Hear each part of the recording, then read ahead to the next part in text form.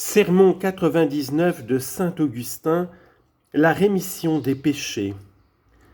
Évangile de Luc chapitre 7 versets 36 à 50.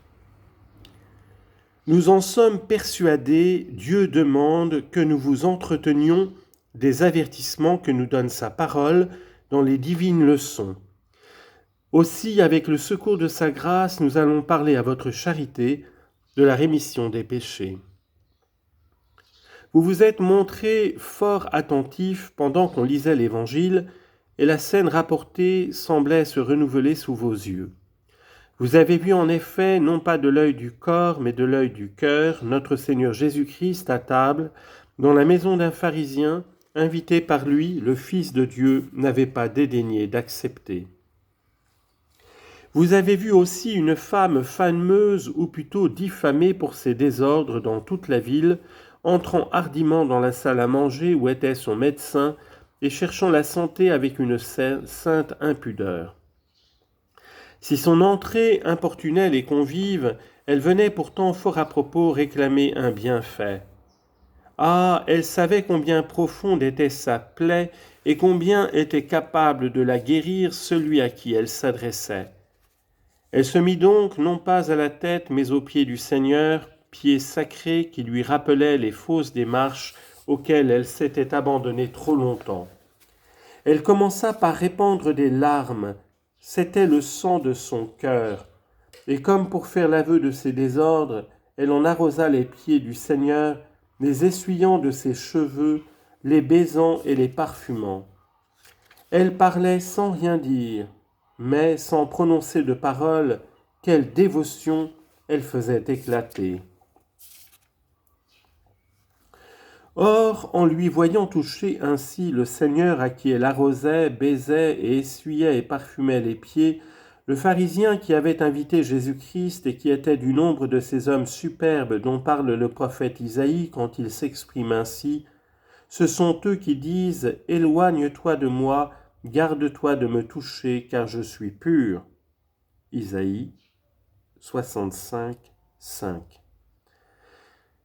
Il s'imagina que le Sauveur ne connaissait pas cette femme. Il réfléchissait en lui-même et disait dans son cœur, si cet homme était un prophète, il connaîtrait quelle est cette femme qui lui touche les pieds. Si donc il se figura que Jésus ne la connaissait point, c'est qu'il ne la repoussait pas, c'est qu'il ne l'empêchait point de l'approcher, c'est qu'il se laissait toucher par cette pécheresse. Quelle autre preuve avait-il que le Sauveur ne la connaissait point ? Si pourtant il la connaissait, ô pharisien, qui a invité le Seigneur à la table et qui le censure ? Tu traites ton Seigneur et tu ignores que c'est lui qui doit te nourrir. Comment sais-tu qu'il ne connaissait pas cette femme ? C'est que par elle, il se laissa baiser, essuyer et parfumer les pieds. Il ne devait donc pas permettre à cet impur de toucher ainsi ses pieds sacrés. Ah, si une semblable s'était approchée des pieds de ce pharisien, il aurait dit sans aucun doute ce qu'Isaïe prête à ses orgueilleux, « Éloigne-toi de moi, garde-toi de me toucher, car je suis pur. » Mieux avisée, elle s'approcha du Seigneur afin de revenir purifiée de ses souillures, guérie de sa maladie, publiquement justifiée après une confession publique. En effet, le Seigneur entendit la pensée du pharisien. Mais s'il peut entendre des pensées, ne saurait-il, ô pharisien, voir des péchés qui se commettent ? Il parla alors par forme de comparaison de deux débiteurs d'un même créancier, et c'était pour guérir son hôte, pour ne pas recevoir de lui une hospitalité purement gratuite. Ah, il avait faim de celui qui lui donnait à manger. Il voulait le laver, l'immoler, le manger aussi et se l'incorporer. C'est ainsi qu'il avait dit à la Samaritaine « J'ai soif » Jean 4, 7. Qu'est-ce à dire « J'ai soif » ? J'ai besoin de ta foi. Il y a donc une comparaison analogue dans les paroles du Sauveur aux pharisiens, et ces paroles atteignent un double but. Elles doivent guérir l'hôte de notre Seigneur Jésus-Christ et tous les convives, car tous le voient et le méconnaissaient également. Elles doivent aussi inspirer à la pécheresse la juste confiance que méritent ses aveux, et la délivrer des remords déchirants de sa conscience. Un des débiteurs devait au créancier 50 deniers et l'autre 500. Il leur remit la dette à tous deux. Lequel l'aime le plus ? Le pharisien à qui s'adressait cette parabole répondit comme l'exigeait la raison même, « Celui, je pense, à qui il a le plus remis. » Et regardant cette femme, il poursuivit, s'adressant toujours à Simon, « Vois-tu cette femme ? Je suis entré dans ta maison et tu ne m'as pas donné d'eau pour mes pieds. Elle me les a lavés de ses larmes et essuyés de ses cheveux. Tu ne m'as point donné de baiser, et depuis qu'elle est entrée, elle n'a cessé de me baiser les pieds. Tu n'as point répandu d'huile sur ma tête, mais elle a répandu des parfums sur mes pieds. C'est pourquoi je te le dis, beaucoup de péchés lui sont remis parce qu'elle a beaucoup aimé, mais celui à qui on remet moins aime aussi moins. » Ici s'élève une question que sûrement il nous faut résoudre. Elle a besoin de toute l'attention de votre charité, car à cause du temps qui nous presse, il est à craindre que nos paroles ne suffisent pas pour en dissiper les ombres et y répandre la lumière. Le corps d'ailleurs est épuisé par ses chaleurs et il a besoin de repos, et pendant qu'il réclame ce qui lui est dû, il nous empêche d'apaiser la faim de l'âme et vérifie ainsi cette parole, l'esprit est prompt, mais la chair est faible. Matthieu 26, 41. Il est donc à craindre et fort à craindre qu'on ne comprenne pas bien ce que le Seigneur disait à Simon. Ceux qui flattent les convoitises de la chair et qui n'ont pas le courage de s'en affranchir pourraient se dire, comme disait au rapport de l'apôtre Paul, en entendant la prédication des apôtres mêmes, certaines langues mauvaises qui leur imputaient cette maxime, « Faisons le mal pour qu'il en arrive le bien. » Romains 3, 8.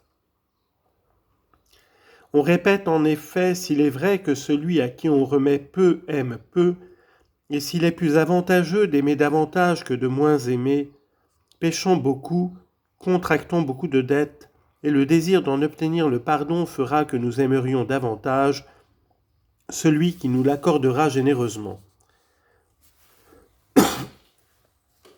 Cette pécheresse n'eut-elle pas pour son créancier une affection d'autant plus vive qu'elle lui était plus redevable ? N'est-ce pas le Seigneur en personne qui disait « Beaucoup de péchés lui sont remis parce qu'elle a beaucoup aimé » ? Et pourquoi a-t-elle beaucoup aimé, sinon parce qu'elle devait beaucoup ? Enfin, c'est lui encore qui a dit, pour compléter sa pensée, « Celui à qui on pardonne peu aime peu aussi. » Afin donc d'aimer davantage mon Seigneur, ajoute-t-on, ne suis-je pas intéressé à ce qu'il me soit pardonné beaucoup plutôt que peu ? Vous voyez sûrement combien cette question est profonde. Oui, vous le voyez, mais vous voyez aussi comme le temps nous presse. Oui, vous le voyez encore, et de plus, vous le sentez. Je m'expliquerai donc en peu de mots, et si je n'éclaircis pas suffisamment cette grande question, prenez note de ce que je dis maintenant et considérez-moi comme votre débiteur pour l'avenir. Afin d'expliquer plus clairement ma pensée par des exemples, supposons deux hommes dont l'un est chargé de crimes et a longtemps vécu dans d'affreux désordres, tandis que l'autre n'a fait que peu de péchés. Tous deux se présentent pour recevoir la grâce, ils sont baptisés tous deux. Entrés comme débiteurs, ils sortent sans plus rien devoir, mais il a été remis à l'un beaucoup plus qu'à l'autre. J'examine maintenant quel est l'amour de chacun. Si réellement il y a plus d'amour dans celui à qui il a été remis plus de péché, il lui est avantageux d'avoir péché davantage, puisque ses iniquités plus nombreuses ont servi à enflammer sa charité. Je sonde ensuite la charité de l'autre.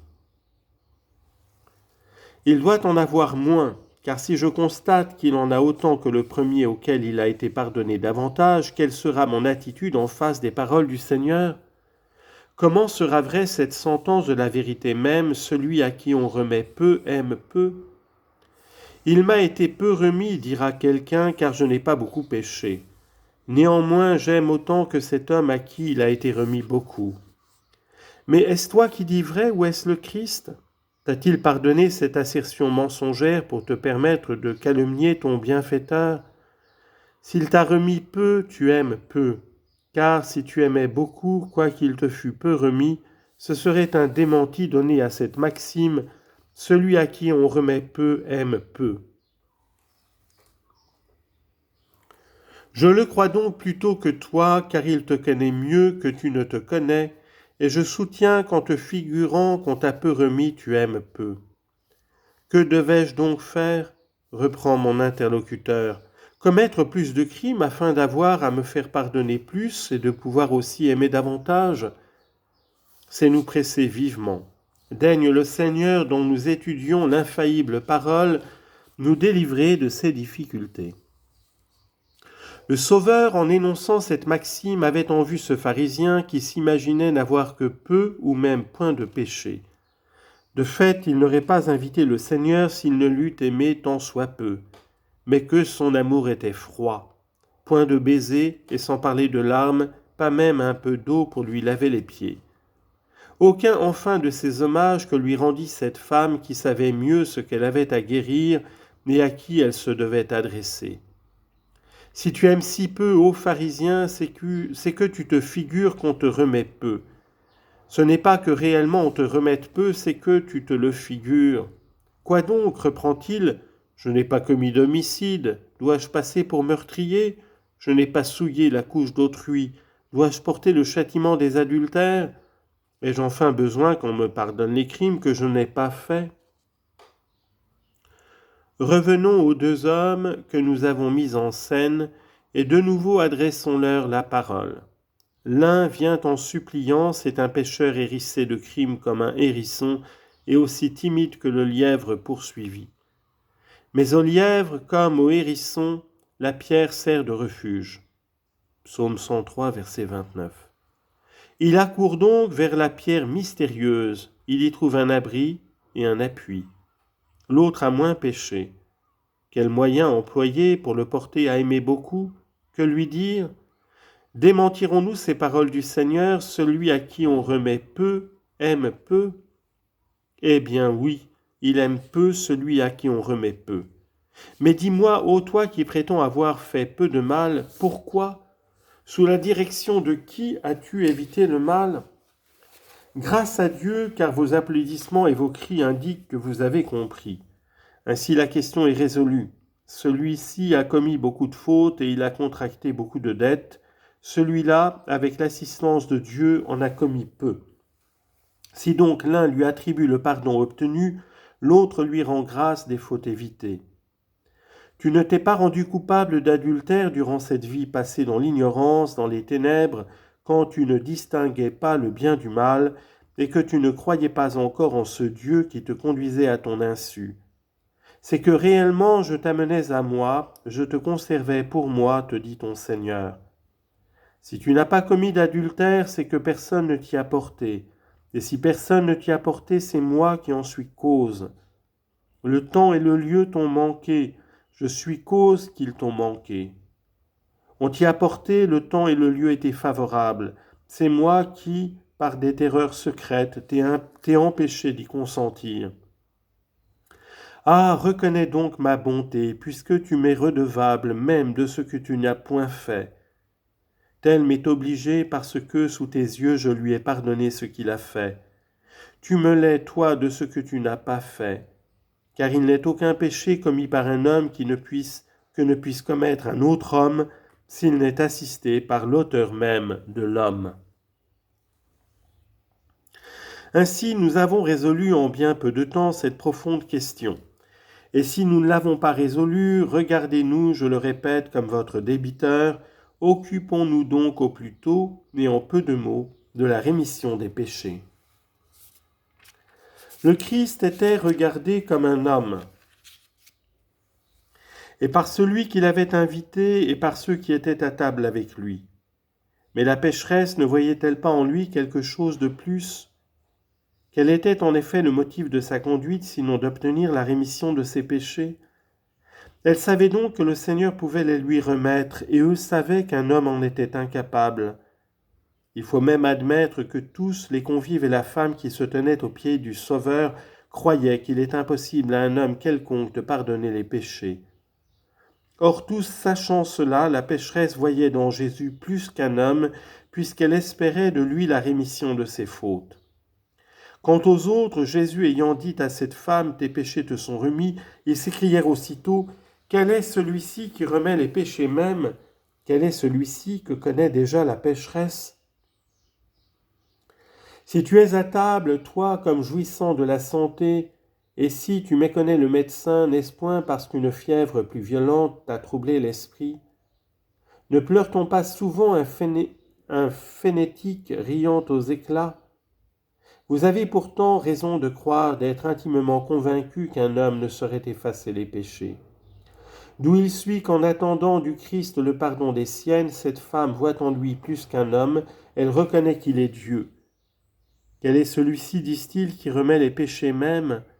À cette question, quel est celui-ci, Jésus ne répond pas, c'est le Fils de Dieu, c'est le Verbe de Dieu. Mais, les laissant quelque temps avec les idées qui se faisaient de lui, il résout le problème qui excitait leurs alarmes, car s'il voyait leur personne, il entendait leurs pensées. Se tournant vers la pécheresse, il lui dit donc « Ta foi t'a sauvée ». Quel est celui-ci qui remet les péchés même ? Que ceux qui me regardent comme un homme continuent à me considérer comme un homme.